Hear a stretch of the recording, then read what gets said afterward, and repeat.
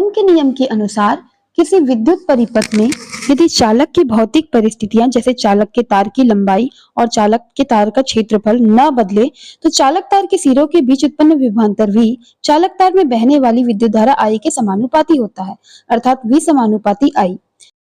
ओम के नियम को समझने के लिए सबसे पहले हम देखते हैं ओम के नियम का परिपथ। ओम के नियम के परिपथ को तैयार करने के लिए हमको एक तार चाहिए जिसको XY नाम दिया गया है।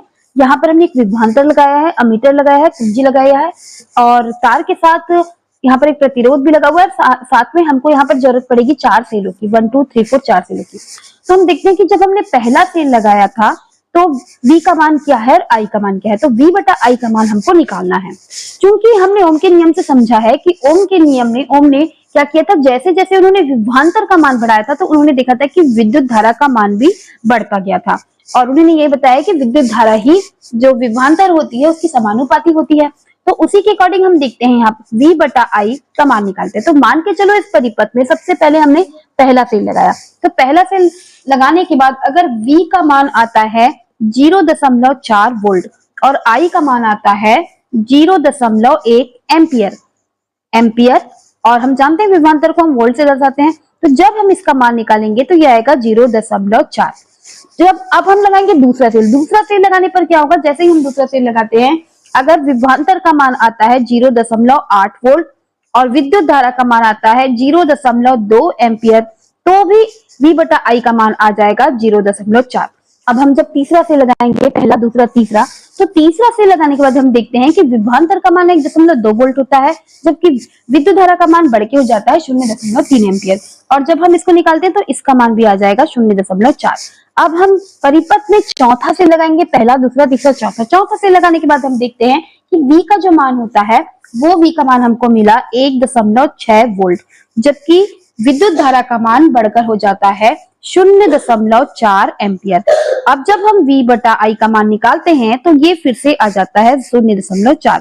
एक्चुअली में जो V और I का मान एग्जैक्ट वैसे ही नहीं आता, एक जैसा नहीं आता, कुछ पॉइंट्स में आता है, उसको हम राउंड फिगर में एक जैसा मान लेते हैं। तो इस प्रकार से हम देखते हैं कि ये 0.4 हमको मिला है। अब हम विभवांतर V तथा विद्युत धारा I के बीच ग्राफ को समझते हैं। जब हमने पहला सेल लगाया था तो हमने देखा था कि V का मान 0.4 वोल्ट है जबकि विद्युत धारा I का मान है 0.1 एम्पियर। तो अब हम इन दोनों को मिला देते हैं, ये ग्राफ में ज्यादा अच्छे तरीके से बनता है। अब जब हमने दूसरा सेल लगाया तो हमने देखा V का मान है 0.8 वोल्ट जबकि विद्युत धारा का मान है 0.2 एम्पियर। अब हम इन दोनों को भी मिला देंगे, इन दोनों को भी हम मिला देंगे। अब जब हमने तीसरा सेल लगाया तो हमने देखा कि विभवांतर का मान 1.2 वोल्ट और विद्युत धारा का मान था 0.3 एम्पियर, 0.3 एम्पियर।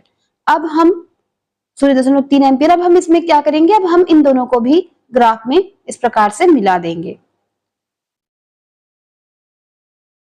चौथा सेल लगाने पर हम देखते हैं विभवांतर का मान 1.6 वोल्ट तथा विद्युत धारा का मान 0.4 एम्पियर प्राप्त हुआ।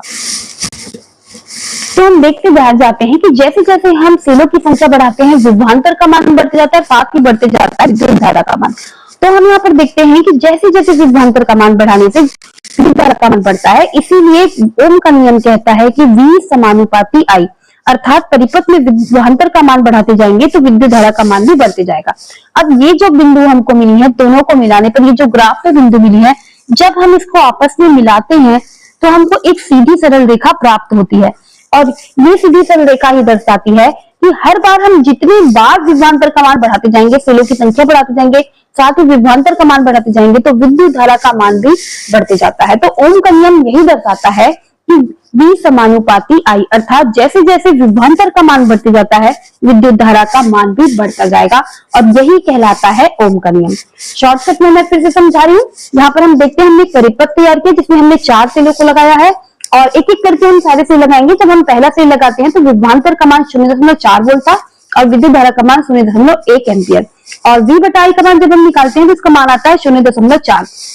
जब हम दूसरा सेल लगाते हैं तो 0.8 वोल्ट का विभवांतर उत्पन्न होता है और विद्युत धारा का मान भी बढ़कर 0.2 एम्पियर हो जाता है और V बटा I का मान आता है 0.4 एम्पियर। ठीक V बटा I का मान हम तीसरा सेल लगाकर निकालते हैं तो 1.2 वोल्ट विभवांतर है और विद्युत धारा का मान बढ़कर हो जाता है 0.3 एम्पियर और V बटा I का मान होता है 0.4 एम्पियर। चौथा फिल जैसे ही हम लगाएंगे तो फिर विभवांतर बढ़कर हो जाता है 1.6 वोल्ट और विद्युत धारा का मान बढ़कर हो जाता है 0.4 एम्पियर और दोनों का मान V बटा I का मान होता है 0.4 एम्पियर। और जब हम इसका ग्राफ बनाते हैं तो हमको एक सीधी सरल रेखा प्राप्त होती है और ये सीधी सरल रेखा दर्शाती है कि जैसे जैसे हम विभवांतर का मान बढ़ाते जाते हैं विद्युत धारा का मान भी बढ़ते जाता है। शर्त यह है कि इस चालक तार की भौतिक परिस्थिति जैसे कि उसका क्षेत्रफल और उसकी लंबाई ना बदले। यही ओम का नियम है जो ये बताता है कि किसी बंद परिपथ में अर्थात किसी क्लोज सिस्टम में यदि चालक की भौतिक परिस्थिति जैसे कि उसकी लंबाई और उसका क्षेत्रफल ना बदले तो चालक तार के सिरों पर उत्पन्न विभवांतर भी उसमें बहने वाली धारा I के समानुपाती होता है और इसे ही हम ओम के नियम के नाम से जानते हैं। हम जानते हैं कि जब भी हम समानुपाती का चिन्ह हटाते हैं तो बराबर का चिन्ह लगता है और लगता है एक नियतांक। तो यहाँ पर R जो है वो एक नियतांक है। R यहाँ पर एक नियतांक है जो चालक के तार का प्रतिरोध कहलाता है, नियतांक है और R है चालक के तार का प्रतिरोध। इस प्रकार ओम के नियम से हमने जाना कि जैसे जैसे परिपथ में हम विभवांतर का मान बढ़ाते जाते हैं विद्युत धारा का मान भी बढ़ते जाता है और इस पे जब हम इसका मान निकालकर जब हम ग्राफ बनाते हैं तो ग्राफ में जो रेखा हमको प्राप्त होती है वो मूल बिंदु से गुजरने वाली रेखा एक सीधी सरल रेखा प्राप्त होती है अर्थात V बटा I का मान लगभग समान ही रहता है। हालांकि प्रैक्टिकल में इतना एक्यूरेट नहीं आता है लेकिन वो पॉइंट्स में आता है जिसको हम राउंड फिगर में ऐसा मान लेते हैं। साइंस के और वीडियो पाने के लिए हमारे चैनल को लाइक करें, शेयर करें और सब्सक्राइब करें। Thank you.